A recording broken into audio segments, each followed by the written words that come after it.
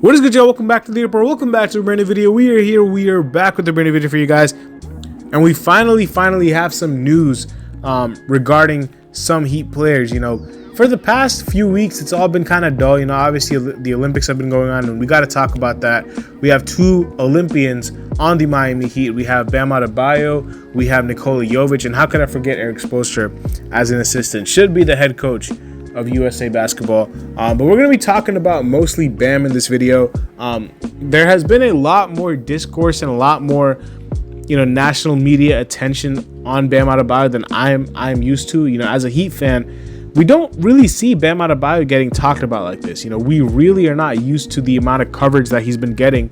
I think the Olympics is a really good experience and opportunity for him to not only play and show the people what he can do, but also his media, his brand, his name will be talked about a lot more. His exposure seems to be gaining a lot more traction this year than it ever has. So with that, there's a lot of takes from people left, right, and center. And yesterday on, I believe it was NBA Today, Ramona Shelburne, one of ESPN's analysts, was talking about how the Miami Heat for this season have to hand the keys over to Bam Adebayo. We're going to be kind of dissecting that comment, talking about, whether she's accurate on that, what the Miami Heat have to do in order to turn, because I think she said that was their key to turning around their hopes or whatever and making them a championship contender, that Bam Adebayo has to get the keys. Now, we're going to be talking about that, like I said, talking about, that exact statement, and talking about kind of who the X factors are on the Miami Heat. Talking about that comment from Ramona Shelburne. First of all, let me know if you guys agree or disagree in the comment section below. And I would be remiss if I did not mention for you guys to leave a like or subscribe to the channel, because those are really, really helpful to the channel. Shout out to you guys as always. But regarding the comments by Ramona Shelburne, I think there is some truth to the fact that, what she has been saying about, Bam Adebayo and how Jimmy Butler has kind of not been the most available in the regular season, and Bam has always been there most of the time. And apart from that one year where I think he broke his finger or something like that, or broke his hand or something, he had a wrist injury or something like that in 2022. Apart from that, he was pretty much relatively healthy his whole career. So yeah, I mean, I do see where she's coming from. I still would say, although I love Bam and I still think that he is, 1A, 1B, like he is the engine of this team, and he is probably one of the most, if not the most important players in the Eastern Conference or in the NBA for any team.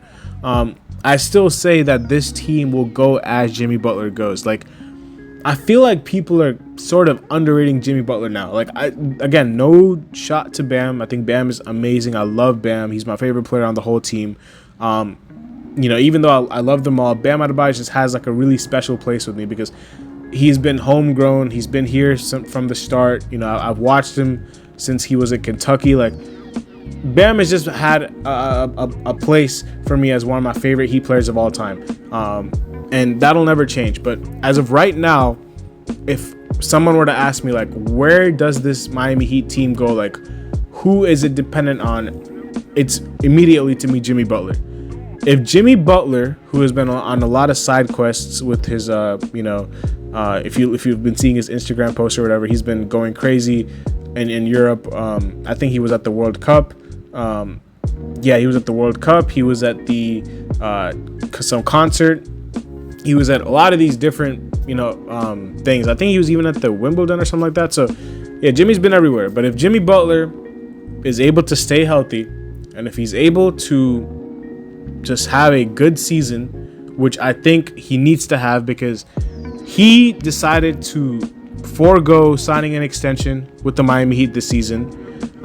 He obviously wanted an extension. The Miami Heat decided to not give that to him, so he decided to forego requesting a trade so any team could give him an extension, anything like that. He decided to play out the season, and Shams had tweeted, I think, about a month or two ago that he is motivated to have a really, really big season this season so he can set up himself for a payday at the end of the season, because obviously he's a free agent. He has a player option, but if he were to decline that player option, he would be a free agent at the end of the year. I feel like Jimmy Butler is about to, turn a lot of heads. He did that when he first came to Miami, and then I think after 2023, after the Milwaukee series, his name was at an all-time high. You know, it was like Jimmy Jordan, playoff Jimmy. Like, I feel like people were even having Jimmy Butler in like top 5 NBA player talks. And then he got hurt against New York. He just wasn't the same. I mean, he looked good at times, and against Boston, he was, you know, him and Caleb Martin were the 2 best players on our team. But in the finals against Denver, he wasn't great. He just ran out of gas. And then last season, it was a disaster in the regular season. With, you know, whenever he played, he was good, but he never was like really elite in the regular season last season. He had a couple of moments, the game winner against Chicago and this and that, but we never really got to see that same level of Jimmy Butler since that Milwaukee series. And obviously, I'm not asking him to drop 35 a night, but the same intensity, we never really saw that from him. And he was obviously hurt, and then he got hurt in the play-in against Philadelphia. It was just really tough for him. And obviously, I understand that he is a player that, you know, will want to turn it on in the playoffs, and he's not really too fussed about what goes on in the regular season. But this is a year where Jimmy Butler has to put all that aside and take the regular season a lot more seriously than he did last season. Now, a lot of people will say that he has never taken the regular season seriously, which I do disagree with. I think that, you know, in 2022, he was All-NBA. In 2019-2020, he carried this team to, and we were a top 2, top 3 seed until the bubble came, and then we fell to, I think, 4 or 5. So he has taken the regular season seriously at times. It just, last season, I feel like because he's getting older, because his body's, you know, getting hurt a little bit more, he wanted to pace himself, which I understand, but there was times where he was just out there, he just didn't look like himself at all. He was just deferring way too much. He's always been a guy who likes to set up his teammates, but wide open shots he used to have, and just passing them every single time, taking way less shots than what he's supposed to take. I think that's going to change this season. I think Jimmy Butler is out to prove a lot of people wrong.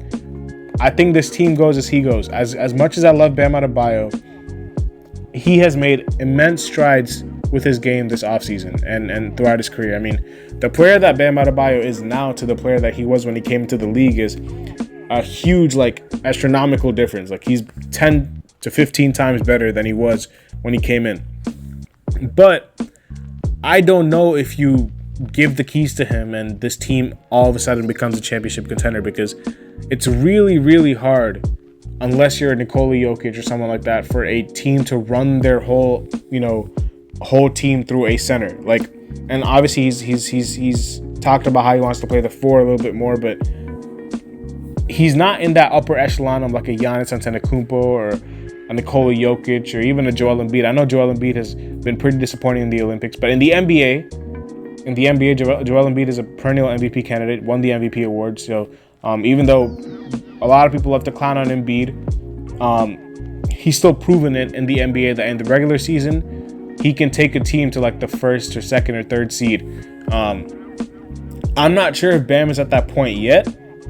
You know, I feel like he has so much more on his plate when you look at defensively what he has to do, and when you look at him being a playmaker, a guy who can set screens, dribble handoffs.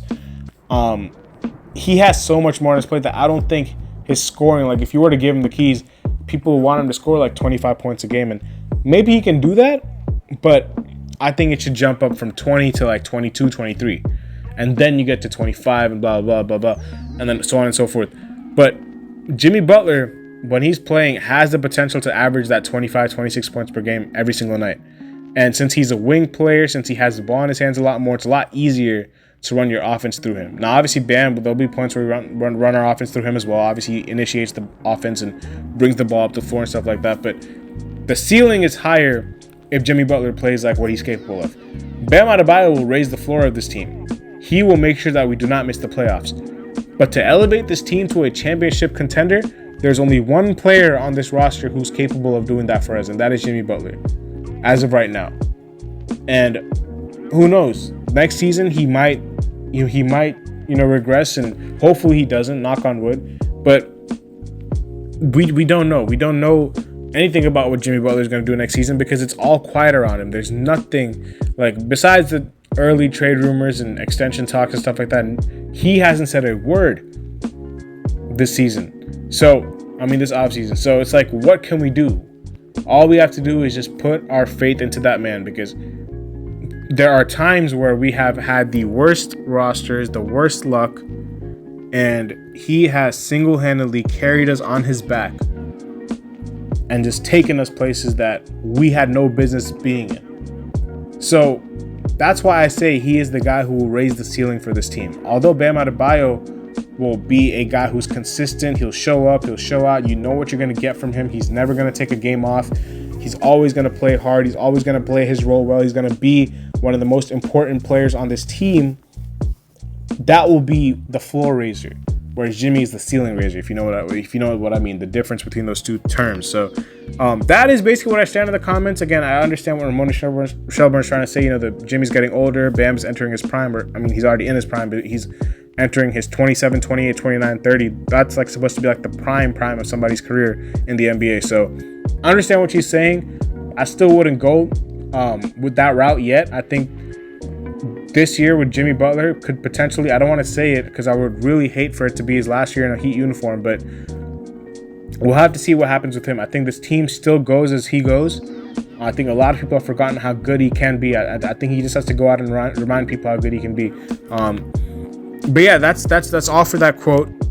Now, as far as the last few minutes of this video, I want to talk about who I feel like the X factor of this team will be.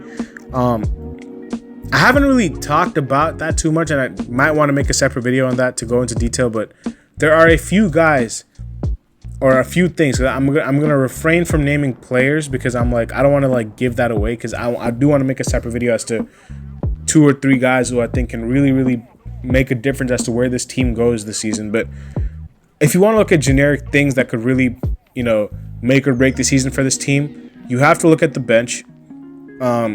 I feel like the bench is going to be so crucial. Like, first of all, what is the bench going to be? Like, who is going to be on the bench?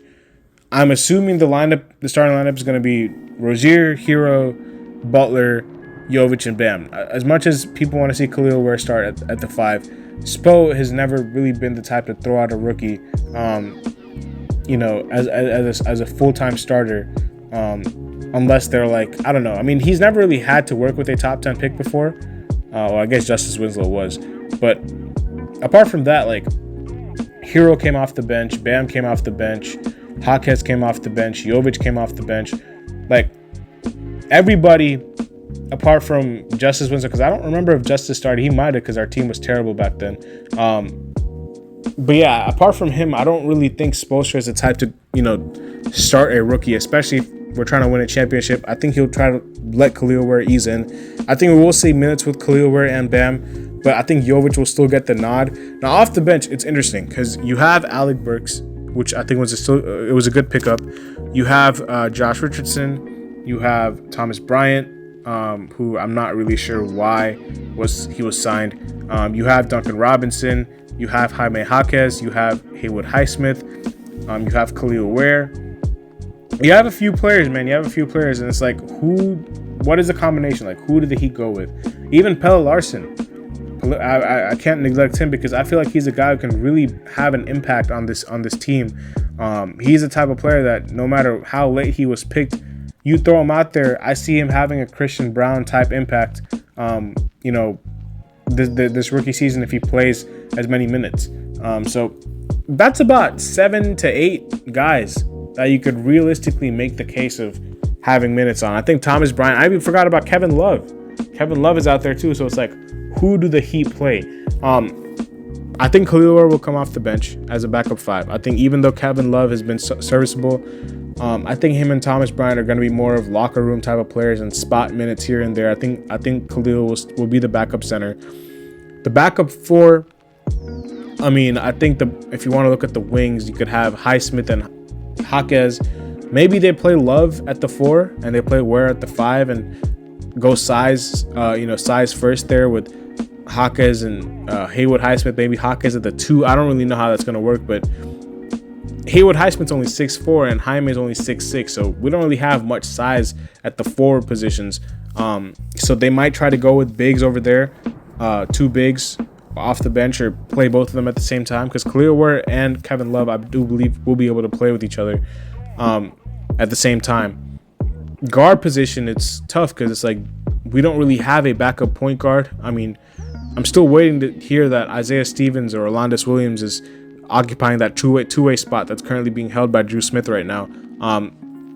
But I'm assuming it's going to be either Alec Burks or Josh Richardson. I can't envision a rotation without Duncan Robinson. I feel like he's a player that Spo really likes to use in his lineups. I feel like, you know, he's a quintessential Spoelstra type player. You know, that shooter. He always needs one of those in his rotation. So I think Duncan Robinson will get his minutes. So I think you'll have him as a 2. I think he is pretty much guaranteed. I think Hawkes is also guaranteed. And I think Highsmith is guaranteed too. So maybe the bench lineup is either one of Burks and Richardson, and then you have Duncan, you have Jaime, Haywood, and Khalil Ware, with, you know, either Jay Rich or Alec Burks, whichever one doesn't play, play off the bench. One of them, you have Kevin Love, and you'll have Pelle Larsson, and you'll have Thomas Bryant. That's really your 4 reserves, I guess, if I were to guess. But the bench is going to be really key, coming back to all that, because you need to make sure, because whenever the starting lineup was off the floor last season, whenever Bam was off the floor, Jimmy was off the floor, it was really tough for this bench unit to score. And again, if I was Spo, I would bring Tyler Hero off the bench. He's not going to do it because Tyler Hero is making a lot of money, and he's going to be, you know, talking up a lot if he's going to be brought off the bench. He's not a guy who's going to buy into coming off the bench, I don't think. He did in 2022, but after that, he was pretty vocal about wanting to start and stuff like that. I don't know if he's going to buy into being a 6-man again, even though I think that's his best position on this team. I'm going to say it again and again. You know, Tyler Hero coming off the bench is like milk and cookies, man. It's the best combination. Like, him starting, you know, I think he is a starting level player on a lot of teams, but for us specifically, it's like we just have way too many guys who will need the ball in his hands in that starting lineup. So you need guys who can play, and he can definitely play well without the ball. I'm not saying he can't, but does he want to is the question. He took the most shots in the team last season, so a guy like that is going to be a gunner. I would rather bring him off the bench. I think it definitely help our bench scoring a lot more as well. It can play his role. Nobody's going to take the ball out of his hands when he's coming off the bench. But I'm looking at that second unit. I'm looking at, you know, the point guard position for Terry Rozier. I'm looking at what Alec Burks can do, the new additions, the rookies, and Khalil Ware, Pelle Larsson. This is going to be an interesting group, and obviously I don't think this is going to be the full group heading into the playoffs. I think at the deadline you'll see some moves here and there, but as of right now, this is the team. And you guys let me know, who are your X factors? I'm going to make a video on that, which is why I didn't go deep into who my actual X factors were. I just talked about different units and lineups and stuff like that, but I will be making a video where I have 2 or 3 players that I'm really going to be keeping an eye on. I'm going to be keeping an eye on all of them, but 2 players that I'm like, if they play to the level that they are capable of playing at, you are talking about a whole new outlook for where this team can go.